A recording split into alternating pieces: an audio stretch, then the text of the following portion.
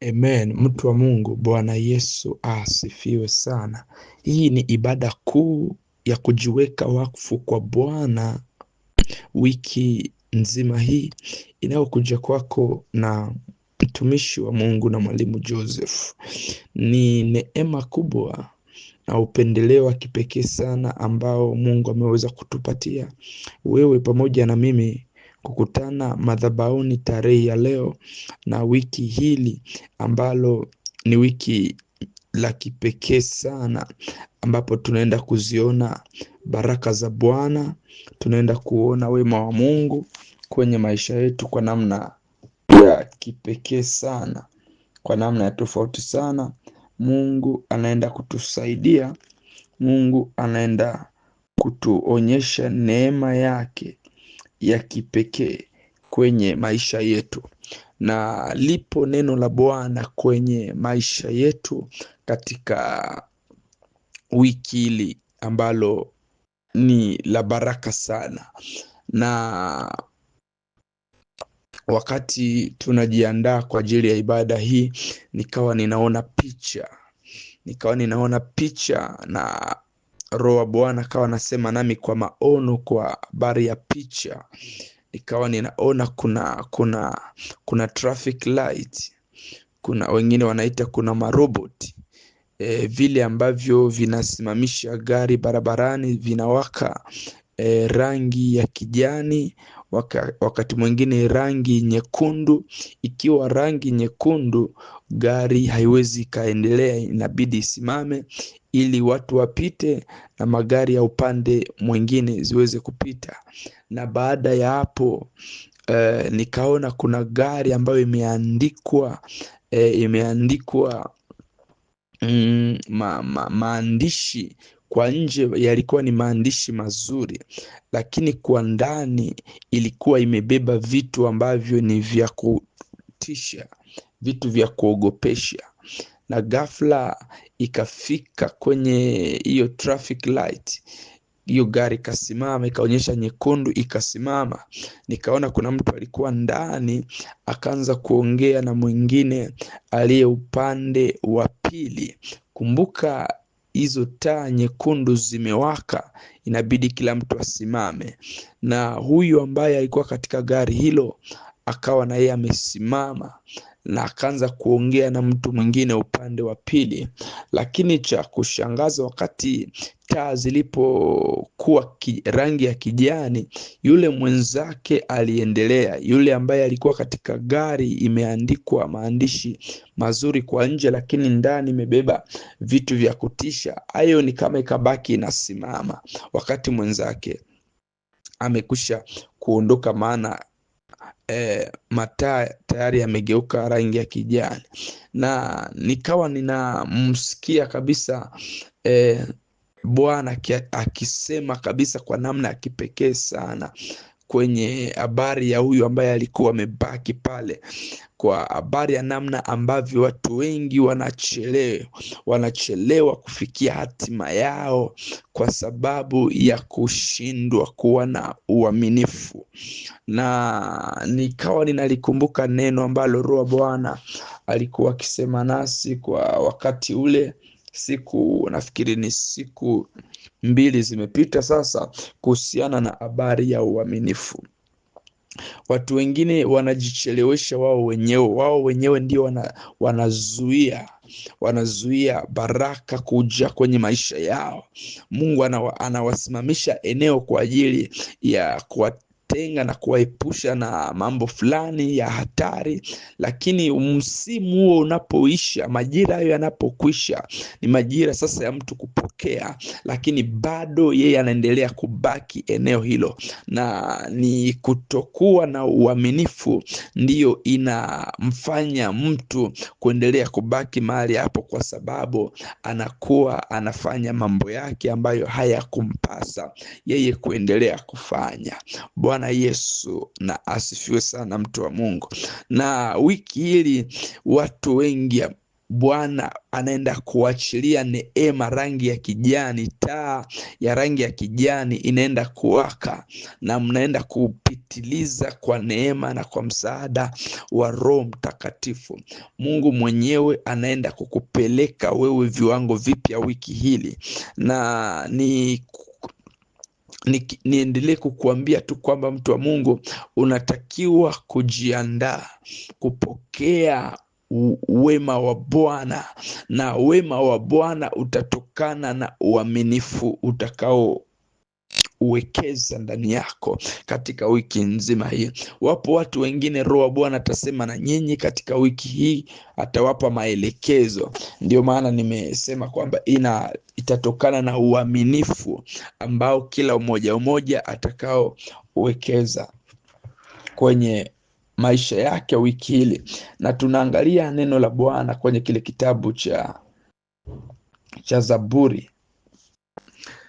Zaburi sura yake ya 145, Psalm chapitre 145 mstari wake wa 18.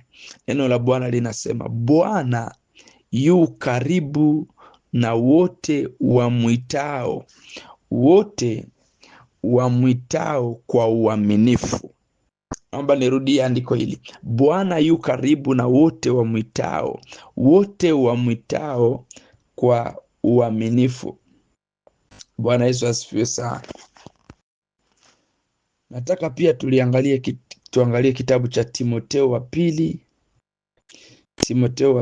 wa pili sura yake ya 2, na tusome ule mstari wake wa 13. Imeandikwa, kama sisi hatuamini, yeye hudumu wa kuaminiwa, kwa maana hawezi kujikana mwenyewe. Kwa hiyo umeona kwa namna ya kipekee sana Mungu anazungumzia kwa habari ya uaminifu, kwamba Mungu yeye anaishi kwa kuaminiwa. Nikuulize swali kwamba ni mangapi ambayo Bwana amesema na wewe kwamba anaenda kuyafanya kwenye maisha yako? Ni mangapi? Nataka uinue uaminifu wako kwa Bwana, maana ataenda kufanya jambo la kipekee sana kwenye maisha yako wiki nzima hii. Ni wiki ya kupokea kutoka kwa Bwana, maana yeye ni Mungu anayeishi kwa kuaminiwa na hawezi akajikana mwenyewe. Na neno lake linasema kwamba Bwana yu karibu na wote wamwitao. Katika kuendelea kumwita Bwana, anaenda kuachilia muujiza kwenye eneo ambalo haukutarajia, kwenye eneo ambalo wewe hukutegemea. Bwana anaenda kuachilia muujiza usio wa kawaida. Endelea tu kumwita, maana wote wamwitao kwa uaminifu Bwana anaenda kuwatendea vitu vizito, vitu vikubwa. Yaani ule muujiza wa dakika ya mwisho kabla ya mwaka hujaisha kabisa, kabla tujaingia katika mwaka mpya, kuna muujiza Bwana anaenda kuachilia kwenye maisha yako. Wiki nzima hii ni wiki ambalo Bwana ameichagua ili kututendea muujiza mkubwa sana. Na Mungu wetu anaposema jambo hajawahi kusema uongo. Ndiyo maana tunapoenda kujiweka wakfu kwa Bwana, tutegemee na kuendelea kumwambia Mungu akupe uaminifu ili kubaki kwenye na kupokea ule muujiza, kuendelea kubaki kwenye nafasi. Kwa hiyo nataka nitamke neno kwa ajili yako wiki nzima hii. Ende mbele za Bwana. Baba mtakatifu, Mungu mwaminifu uliye juu ya vitu vyote, pokea utukufu Bwana, katika jina la Yesu Kristo wa Nazareti aliye hai. Asante kwa uweza wako, asante kwa neema na rehema zako, ni katika uweza na nguvu ya jina la Yesu Kristo. Asante kwa asubuhi ya leo ambayo Bwana umetukirimia wiki nzima, ambayo Mungu tunaenda kuifurahia na kushangilia, kwa maana Bwana ameitengeneza kwa ajili yetu. Ni katika jina la Yesu Kristo wa Nazareti, Mungu aliye hai. Baba, tunakuja mbele zako madhabahuni pako, mimi pamoja na mtoto wako huyo, mimi pamoja na watu wako hawa, kujiweka wakfu kwako katika wiki nzima hili ambalo Bwana ni wiki umelitangaza ni wiki la baraka la wote watakao kuita na kukungoja wewe kwa uaminifu. Katika jina la Yesu Kristo tunazifungua Bwana, ninazifungua baraka, ninazipa baraka za zako uhalali kwenye maisha ya mtoto wako huyo, kwenye maisha watu wako wiki nzima hii, ni katika jina la Yesu Kristo. Baraka zako Bwana na zikapenye kwenye maisha ya watu wako, na zikapenye kwenye maisha yetu wiki nzima hii, ni kwa jina la Yesu Kristo aliye hai. Natamka Bwana ya kwamba chochote ambacho mbingu zimeweka tayari kwa ajili yetu, chochote ambacho mbingu zimeachilia kwa ajili yetu, madhabahuni pako Bwana tunajiweka wakfu kwako kwa wiki nzima hii, kama vile Musa alivyofanya wewe ulivyomwelekeza kuwaambia wana wa Israeli, kila mmoja ajiweke wakfu kwa Bwana juu ya mwanae, juu ya ndugu yake, ili wapokee baraka zako leo. Nami leo Bwana nasimama kama Musa alivyosimama kwenye taifa la Israeli, akawaambia watu wako wajiweke wakfu kwa Bwana. Nami nakuja leo pamoja na watoto wako, pamoja na mtoto wako huyo, kujiweka wakfu na kuzipokea baraka za wiki nzima hii leo hii, kwa jina la Yesu Kristo wa Nazareti, Mungu aliye hai. Bwana, wiki nzima hii tukatembee katika uaminifu wako. Mwanao huyu akatembee katika uaminifu, ili kuziona baraka zako zikimiminika kwenye kila maeneo ya maisha yake, katika jina la Yesu Kristo. Fedha iliyokaa mbali naye, fedha iliyokaa mbali na mfuko wake, pesa iliyokaa mbali na akaunti yake, pesa iliyokaa mbali na biashara yake, wateja waliokaa mbali na biashara yake, kwa jina la Yesu Kristo ninawaita katika ulimwengu wa roho, ninawaita katika ulimwengu wa roho, kwa uaminifu wa neno lako Bwana, wakapate kumjilia, wakapate kuja kwenye biashara mtoto wako, wakapate kuja kwenye biashara mtoto wako, katika jina la Yesu Kristo. Wiki nzima hii watu wako Bwana wakaangaze, mwana huyu akaangaze kila eneo la maisha yake, katika jina la Yesu Kristo wa Nazareti, Mungu aliye hai.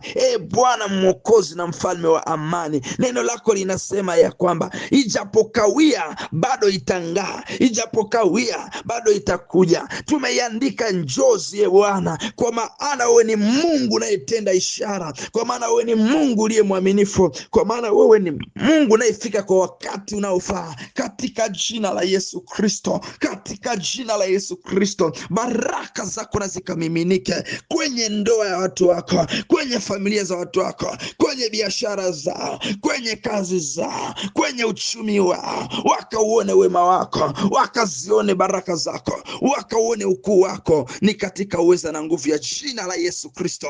Ni wiki ya kutengenezwa kwenye eneo la muujiza, kutengenezwa kimuujiza. Ni wiki ya kupokea baraka za Bwana, ni wiki ya kutembea katika kibali cha Bwana, ni katika jina la Yesu. Kibali chako Bwana kikaenende mbele ya watu wako, kibali chako Bwana kikaende mbele yetu Mungu wiki nzima hii Bwana. Kila silaha ya hila, kila silaha ya kipepo, kila silaha itakayotengenezwa dhidi yetu haitafanyikiwa, itakayotengenezwa kwa ajili ya mwanao huyo haitafanyikiwa, kwa jina la Yesu Kristo. Kila ratiba zote za kipepo, kila ratiba zote za kimizimu, kila agenda zote za nguvu za giza, ninazikataa kwenye maisha ya mwanao huyu na familia yake.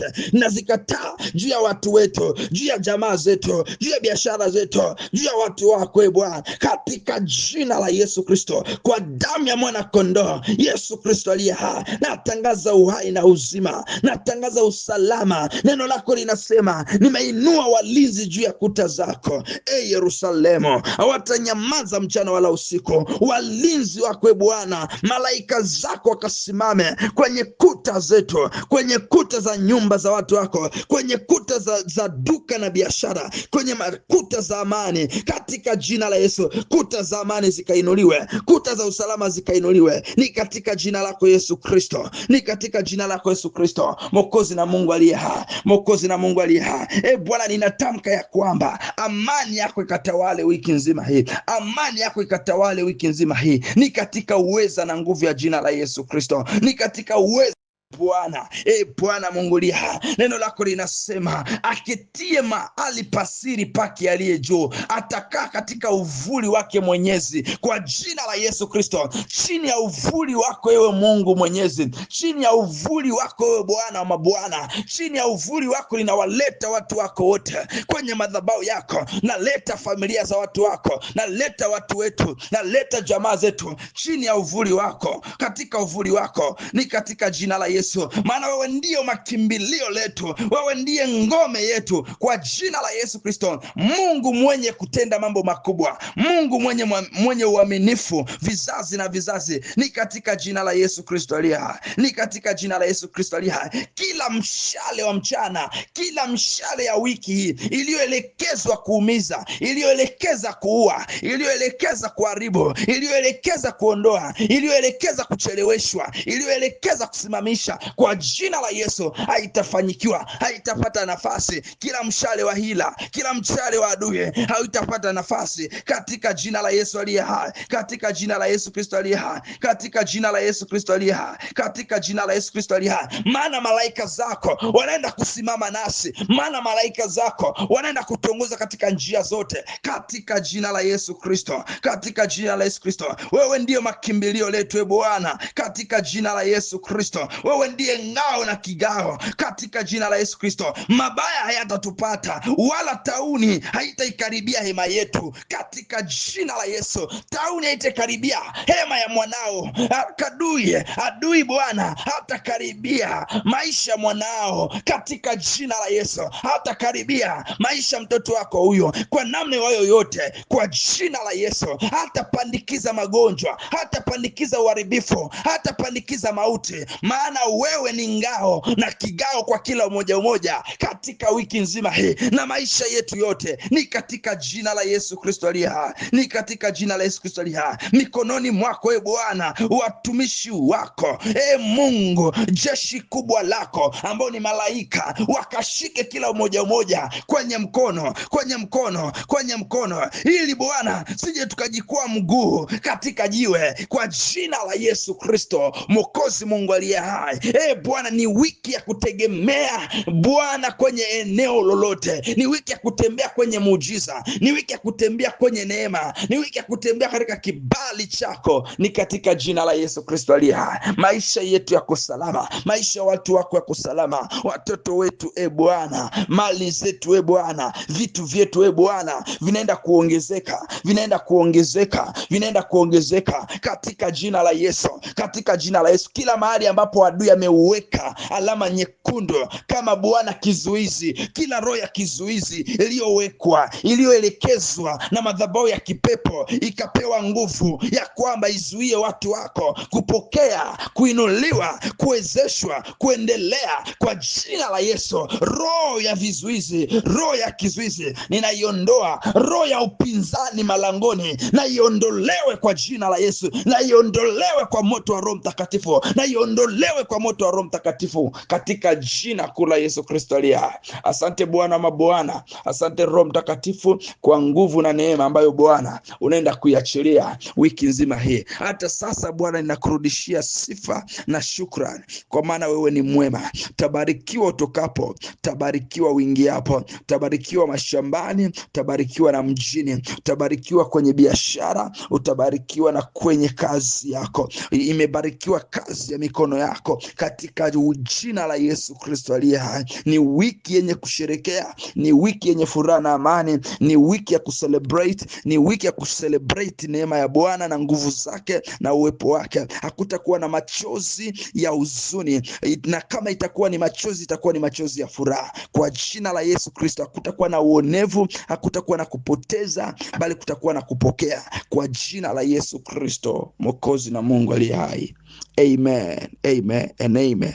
Mungu akubariki sana mtu wa Mungu. Unaweza kuiunganisha wiki yako hii kwa sadaka yako ya kujiweka wakfu kwa Bwana kwa kuwasiliana nasi kwenye namba zetu za mawasiliano ambazo ni alama ya kujumuisha 27786243718. Mungu akubariki sana. Wewe ambaye hujaokoka, wasiliana nasi pia kwa kupokea maelekezo wakati wa kuokoka, kumpokea Yesu Kristo na kuanza mahusiano yako na Bwana. ndio huu, wakati sahihi ndio huu. Wasiliana nasi. Mungu akubariki sana na Yesu akutunze. Shalom.